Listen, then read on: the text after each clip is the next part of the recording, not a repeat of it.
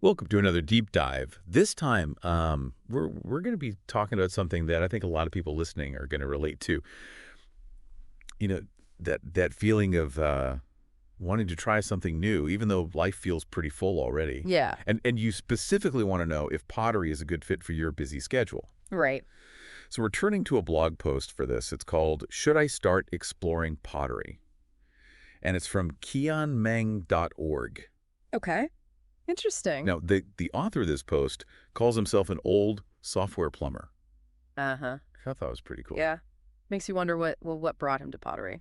Totally. And I think that kind of contrast, a techie person considering something so hands-on, that's part of what makes this deep dive so interesting. Yeah. So our mission today basically is to help you figure out, is pottery worth adding to your plate? And we're going to do that by walking through this blogger's experience. Sounds good. So to kick things off, the author, whose name is Ang, he starts by talking about this note he found. Get this, it's from over 20 years ago. And it says, learn pottery. Really? Yeah, 20 years. I mean, talk about a blast from the past. Right. It really makes you wonder, what makes a desire linger for so long? I know, it's fascinating, isn't it? Maybe it speaks to that human need to create, to work with our hands, and pottery, it's been around for centuries, for millennia even. It's Yeah. like we're drawn to it, Yeah. on some level. Yeah, it's like it's in our DNA or something. Right. Okay, so get this. The blog post, it actually includes a photo. Now, obviously, you can't see it because, well, this is a podcast. Right. But let's play a little guessing game here. What do you think this photo could be? Hmm. A dusty old pottery wheel hidden away in an attic somewhere. Hmm. Or maybe like a lopsided pot from some long ago attempt at pottery. Or maybe, just Yeah. maybe, it's a picture of his face, like staring wearily at a computer screen full of code. What do you think? Okay. Okay, I'm gonna go with I'm picturing a hand covered in clay, Oh, holding that 20-year-old note, like, almost like a visual representation of that lingering desire. that's really good. Sadly, we don't actually know what the photo is. Yeah, But the fact that he included it at all, it just adds this layer of mystery to the whole thing. I know. Okay, so after all this buildup, Aang throws a curveball. Yeah. He actually advises against taking up pottery. Oh, wow. Really? That's unexpected. You'd think after all that time, he'd be all in. Right. Right. You'd expect some inspiring story about him finally pursuing this passion. But Aang's pretty practical about it.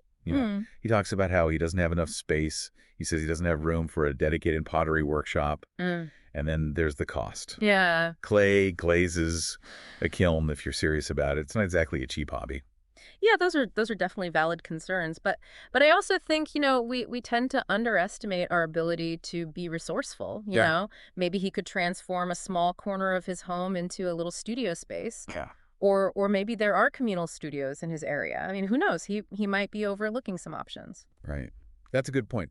Sometimes we get so focused on the limitations that we don't even see the solutions. Yeah. But then Aang brings up the big one, time. He talks about how time is our most valuable resource, especially when you're already juggling a lot of things. Mm-hmm. He mentions coding, writing, gardening, fish keeping. Oh, wow. The list goes on, and that's something a lot of people can relate to, right? Mm. I mean, it's that classic struggle of wanting to do it all, but only having so many hours in the day. Absolutely. And you know what? That makes me wonder, are all those other hobbies really fulfilling him? Or are they just adding to the time crunch? Hmm. And is that maybe making pottery seem even more impossible? That's a really good question. Maybe instead of asking, should I add pottery, the question should be, what can I reevaluate? I love that. Like, what can I let go of to make space for something new? Okay, so before we get too deep into the whole should I or shouldn't I of pottery, let's talk about Aang's situation for a second. I mean, his website, it showcases all those hobbies in detail: coding, writing, gardening, you name it. And it got me thinking, what do all these hobbies reveal about him? It seems like he really enjoys hands-on activities, building things, nurturing things. Yeah, definitely. He seems like a maker. Exactly. So that brings us to the heart of this deep dive. Is he rejecting pottery because he just doesn't find it appealing? Or is it because it's too similar to what he's already doing? Right. Maybe he's subconsciously looking for something completely different, a new challenge. That's a fascinating thought. I mean, it makes his advice against pottery way more nuanced, right? Mhm. It's not about pottery being bad or anything. It's just about it maybe not being the right fit for him right now. And that's where it gets really interesting for you, the listener, because we're not just analyzing this blog post. We're using it as a way to examine your own motivations. Do you relate to Ang's love for hands-on activities? Yeah. Or does pottery appeal to you because it's something completely different from your daily routine? It's about figuring out what speaks to you. Why are you drawn to pottery? Exactly. You have to understand yourself, what you really crave, what fuels your creative fire, and of course, let's not forget the practical stuff. Ang brings up space and money, which are real concerns for anyone considering pottery. Do you relate to those concerns? Or are you resourceful enough to find a way to make it work? Right. This is why I love these deep dives. We're connecting the dots between someone else's experience and your own unique situation.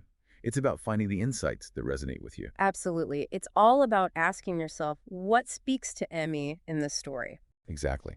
And that's what we're going to keep exploring as we dive deeper into Ang's blog post. There's so much more to unpack. And it might just help you decide if pottery is something you really want to pursue. Sounds good. So stay tuned. We'll be right back after a quick break. All right. So we've talked about Ang's reasons for advising against pottery, and they're very personal to him. Right. But does that mean he's like dismissing the value of the craft itself? I don't know. I'm not so sure about that. Yeah, I agree. I think this is where we can kind of flip the script a little bit, explore the other side of the coin. Yeah. The potential benefits of pottery. Exactly. That might resonate with you, regardless of what Ang's personal take is. That's what I was thinking, because even if it's not right for him right now, pottery, I mean, it has a lot to offer. It's incredibly tactile, you know? It engages your hands and your senses in a way that's different from, say, coding or writing. Yeah, it's about connecting with a material, that's been used for centuries, feeling its texture, shaping it with your own hands. There's a grounding quality to it. Yeah. Almost meditative, And there's something so satisfying about creating something tangible, like a physical object that you can hold and admire. And in a world that's increasingly digital, Right. that kind of tangible creation, it's incredibly rewarding. Absolutely. It's a way of expressing your creativity in a three-dimensional form. You're not just, manipulating pixels on a screen. You're molding and shaping something real, something unique. And let's not forget the therapeutic aspects of it, too. I mean, there's a reason why pottery is often used in art therapy. The repetitive motions, the focus it requires, that connection with the earth. It can be incredibly calming and stress relieving. It's true. It's a way to kind of disconnect from the constant barrage of information and stimulation, to find a sense of peace and focus in the present moment. So even if Ang's reasons for not pursuing pottery are valid for him, they don't negate the potential benefits that pottery could bring to someone else. Exactly. Someone like you listening.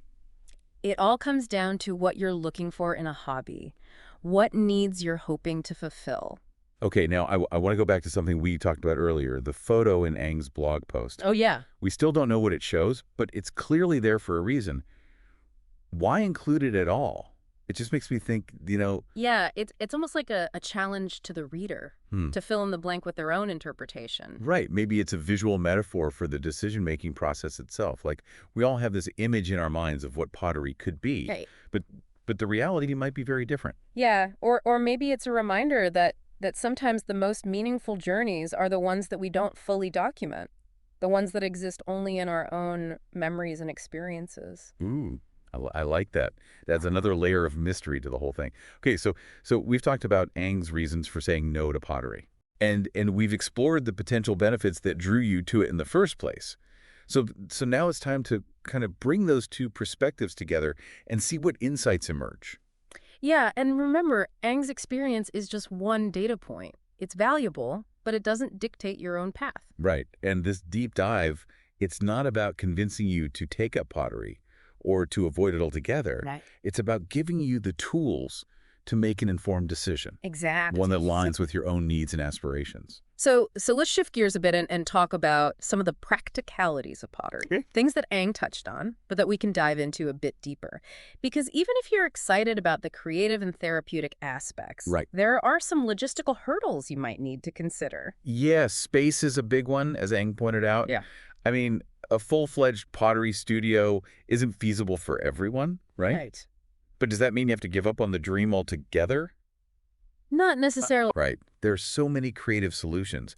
Maybe you can transform a corner of your living room into a mini studio, or maybe there's a communal studio in your area where you can rent space and equipment. Yeah, those are good options. And then there's the equipment itself. Right. You don't need to invest in a professional grade kiln right away. There are smaller, more affordable ones available. Yeah. And some studios even offer firing services. Exactly. And let's not forget the learning curve. Oh, yeah. Pottery. It's not something you master overnight. It takes time, patience. And a willingness to embrace imperfection. Yeah, which can be incredibly frustrating at times, but also incredibly rewarding when you finally achieve that breakthrough moment. Oh, absolutely. It's about embracing the process, the Yeah. journey, the ups and downs that come with learning any new skill. And let's be honest, there will be lopsided pots, cracked pieces, Right. maybe even a few clay-covered disasters along the way. But those imperfections are part of the charm, you know? Yeah. It's part of what makes each piece unique and special. It's about letting go of perfectionism and embracing the beauty of the handmade. Exactly. And that brings us to the final practical consideration that Ang mentioned, time. I mean, we're all busy. We're juggling work, family, social commitments. How do we squeeze in another hobby, Right. especially one that can be as time-consuming as pottery? Well, it's about making conscious choices, you Yeah. know? About prioritizing what truly matters to us. Maybe it means cutting back on screen time or delegating tasks, or even saying no to certain social engagements to make space for something that, brings you joy and fulfillment. Yeah, recognizing that time is a finite resource, and we need to be intentional about how we spend it. Yeah. If pottery is something you truly want to pursue, Yeah. you'll find a way to make it work. But it's also okay to acknowledge that maybe now isn't the right time. Maybe there are other priorities Right. that need your attention, and pottery can wait for a season when you have more space, both literally and figuratively. And that's okay. It's about being honest with yourself and making choices that align with your current circumstances. Absolutely. There's no right or wrong answer here. It's about finding what works for you, what brings you joy, and what fits into your life in a way that feels sustainable and fulfilling. Okay, so Okay. we've covered a lot of ground, haven't we? From Ang's personal reservations to the allure of pottery. But before we wrap up, there's this one final piece of his story I want to highlight. Remember how he found that decades-old note? Mm-hmm. About learning pottery. Yeah, the one tucked away, almost forgotten. Yeah. It's hard to ignore that detail, you know? Yeah. It makes me think, what if instead of viewing it as a missed opportunity, we see it as a seed that's been slowly germinating all these years? A seed just waiting for the right conditions to sprout. Exactly. That really reframes the whole narrative, doesn't it? It does. Maybe Aang's no to pottery right now isn't a rejection, but a postponement. Like, what if his current hobbies, the coding, the gardening, all of it, what if they're actually enriching the soil? Yeah. You know, preparing him for when the time is right to finally embrace pottery. That's a beautiful way to look at it. Perhaps all of our experiences, even the ones that seem, unrelated to our passions, they contribute to our growth in ways we don't always recognize. Yeah. It's like those seemingly dormant periods in nature where so much is happening beneath the surface. Maybe Aang's just gathering the skills, the resources, or even just the mental space he needs to fully embrace pottery when it truly aligns with his life.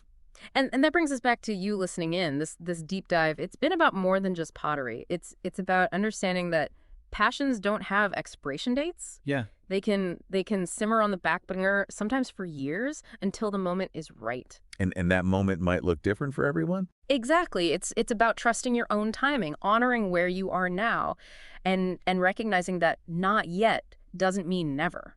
So as we wrap up our exploration of this intriguing blog post, I hope you're walking away with more than just insights about pottery. I hope you're inspired to look at your own to-do list, those lingering dreams with fresh eyes. To see the potential in postponement, Yeah. the value in preparation, and the beauty of a passion that can wait for its perfect moment to bloom.